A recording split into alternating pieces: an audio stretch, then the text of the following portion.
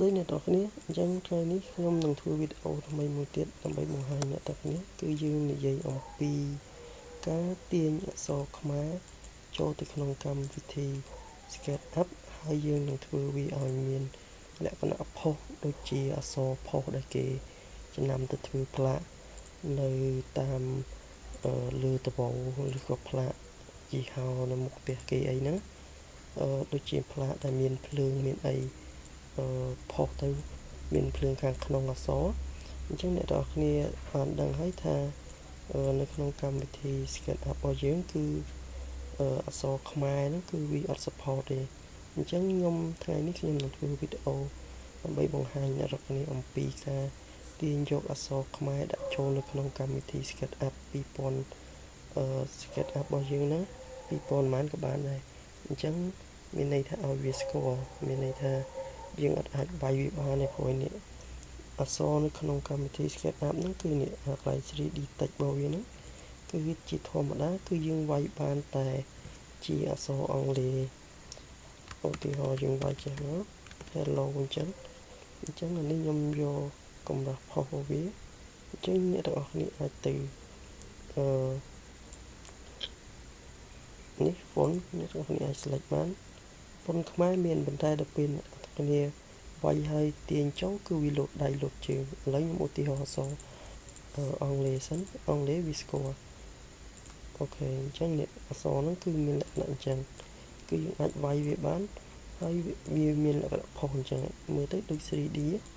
អញ្ចឹងអ្នកនរគ្នាអាចទាញផុសវាថែមបានប៉ុន្តែសម្រាប់អក្សរខ្មែររបស់យើងនៅក្នុងកម្មវិធី SketchUp ហ្នឹងគឺវាអត់ support ទេអញ្ចឹងខ្ញុំ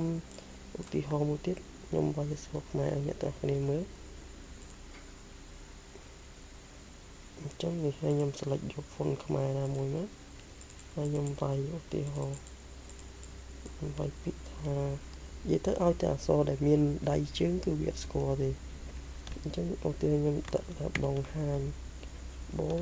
ងជាងហោស្អាតញោអញ្ចឹងឃើញអ្នកទាំងគ្នាឃើញអញ្ចឹងមានន័យថាគឺវាអត់លោតស្គាល់ដៃជើងឲ្យយើងទេអញ្ចឹងវិធីសាស្ត្រក្នុងការទាញអក្សរខ្មែរដាក់ចូលក្នុងកម្មវិធី SketchUp បានអ្នកទាំងអស់គ្នាអាច follow តាមវីដេអូរបស់ខ្ញុំនេះទៅគឺជាដំបូងឡើយគឺយើងត្រូវនេះចូលទៅក្នុងកម្មវិធី SketchUp ឬក៏អ្នកទាំងអស់គ្នាអាចមានកម្មវិធី Corel Draw អីក៏បានដែរហើយយើងវាយអក្សរដែលយើងចង់បានឧទាហរណ៍ខ្ញុំវាយពាក្យថាវាយឈ្មោះអីមួយទៅឧទាហរណ៍វាយឈ្មោះភិរុននេះចឹងទៅវាយជាអក្សរខ្មែរឈប់អីចឹងណាអញ្ចឹងនេះគឺជាអក្សរភិរុនសពតែនៅក្នុងភិរុនសពអញ្ចឹងនេះគឺយ៉ាតែអ្នកគ្នាមើលអញ្ចឹងឧទាហរណ៍ font នេះហើយយើង select យក font ដែលយើងចង់បានមួយទៅដូរ font ឬក៏ font ណាដែលអ្នកគ្នាគិតថាវាស្អាតអ្នកគ្នាដូរទៅឧទាហរណ៍ខ្ញុំយក font ហ្នឹងហើយអ្នកគ្នាត្រូវតែនេះ right click លើវាហើយយកពាក្យថា create outline ដើម្បីកុំឲ្យបើយើងអត់ create outline គឺនៅក្នុងកម្មវិធី SketchUp ក៏វាអត់ស្គាល់ដែរទោះយើង export ទៅក៏វាអត់ស្គាល់អញ្ចឹងអ្នកទាំង right click លើវាឬក៏អាច shortcut key ទៅនេះ shift control O នេះហើយនេះមានន័យថាអញ្ចឹងហើយបំបែកវា ungroup វាទាំងអស់មកឃើញទេអញ្ចឹងបន្ទាប់មកទៀតអ្នកទាំងគ្នាយកពាក្យថា export នេះ export as ហើយ select យកនេះកន្លែងនេះអ្នកទាំងគ្នាយក AutoCAD file ដែលមាន extension file វា DXF អញ្ចឹងចុច OK មកហើយដាក់នៅកន្លែងណាមួយអញ្ចឹងខ្ញុំឧទាហរណ៍ដាក់នៅលើ desktop ហើយខ្ញុំវាយឈ្មោះថា Shop បើជាអង់គ្លេសទៅ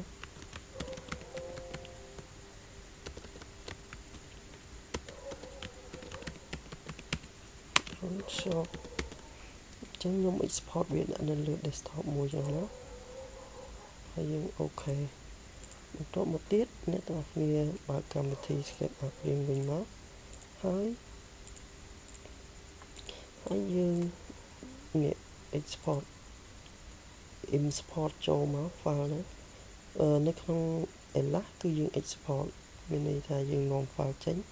ចំណែកនៅក្នុង SketchUp យើង import វាចូលមកវិញហើយអ្នកទាំងអស់គ្នាទៅ select យក file ហ្នឹងមកនេះយក extension វាមកបើយើងនៅក្នុងនេះ SketchUp គឺវាស្គាល់អញ្ចឹងយើងដូរវាមកយក AutoCAD file ហ្នឹងវាដែររបស់យើងហ្នឹងមកនេះឃើញទេមានភិរុនសបហ្នឹងអញ្ចឹង import វាមកនេះឃើញទេហើយបន្ទាប់មកទៀតនៅពេលហ្នឹងក៏អ្នកទាំងអស់គ្នាអត់ទាន់អាចពុះវាបានដែរអ្នកទាំងអស់គ្នាឃើញទេអញ្ចឹងវាអត់ទាន់ជាលក្ខណៈមាន sharp ណានេះមានសាច់ដែលយើងត្រូវពុះបានធម្មតាអក្សរដែលយើងវាយត្រូវមានសាច់នេះអញ្ចឹងអ្នកទាំងគ្នាចង់បានសាច់ហ្នឹងអ្នកទាំងគ្នាចេះគ្រាន់តែចុះ align នេះមកនេះធូស line យ៉ាងនេះហើយគូសវាទៅឃើញទេវាមានវាជាប់សាច់ឲ្យយើងហើយអញ្ចឹងយើងធ្វើអញ្ចឹងគ្រប់អក្សរមកនេះធ្វើមួយគ្រប់អក្សរហ្នឹងមកអញ្ចឹងអានេះខ្ញុំបញ្ជាក់តិចតែអក្សរខ្មែរតែសម្រាប់អក្សរអង់គ្លេសគឺក្នុងកម្មវិធីហ្នឹងគឺវា support ធម្មតាទេអត់អីណាអញ្ចឹងអូខេអញ្ចឹងយើងលុបអស់សាច់ក្នុងនេះចោលព្រោះឲ្យយើងអត់ធ្វើការលើវាទេក្នុងហ្នឹងអញ្ចឹងឃើញអ្នកទាំងអស់គ្នាអាចពុះវាឡើងមកនេះជុំធូពុះយើងធម្មតាអាចពុះវាឡើងនេះពុះអស់មកឃើញទេអញ្ចឹងមានន័យថានេះអក្សរយើងអាចធ្វើជាលក្ខណៈផុសបានដូចអក្សរអង់គ្លេសមិនដែរប៉ុន្តែទល់តែយើងដឹងពីកន្លឹះធ្វើដូចមិនតបមកយើងបង្អក្សរហ្នឹងចងវាជាគ្រប់មកហើយនេះគ្រប់ហើយបង្វិលវាអូខេអញ្ចឹងយើងបានអក្សរខ្មែរចូលនៅក្នុងកម្មវិធី SketchUp របស់យើងហើយអញ្ចឹងវិធីប្រើវាគឺមានតែប៉ុណ្្នឹងទេអ្នកទាំងអស់គ្នាអាចយកទៅតេស្តនៅដោយខ្លួនឯងខ្ញុំសូមបញ្ជាក់កម្មវិធីហ្នឹងគឺវាអត់ support មកអក្សរខ្មែរមកអញ្ចឹងបើសិនជាអ្នកទាំងអស់គ្នាមានការងារដែលត្រូវពាក់ព័ន្ធជាមួយអក្សរខ្មែរតើតើអ្នកទាំងអស់គ្នាធ្វើដូចខ្ញុំបានអាចទាញចូលបានបាទហើយអញ្ចឹងវីដេអូហ្នឹងគឺមានតែប៉ុណ្្នឹងទេគឺខ្ញុំចង់បង្ហាញអ្នកទាំងអស់គ្នាអំពីការនាំចូលអក្សរខ្មែរទៅក្នុងកម្មវិធី SketchUp ដែលមានលក្ខណៈងាយអ្នកទាំងអស់គ្នាអាចងាយយល់បានអញ្ចឹងវីដេអូរបស់យើងមានតែប៉ុណ្្នឹងទេសម្រាប់ថ្ងៃនេះហើយសូមអ្នកទាំងអស់គ្នាជួយចុច subscribe ឲ្យខ្ញុំផងដើម្បីទទួលបាននូវវីដេអូដែលខ្ញុំនឹងទៅផុសជារៀងរាល់ថ្ងៃបាទសូមអរគុណ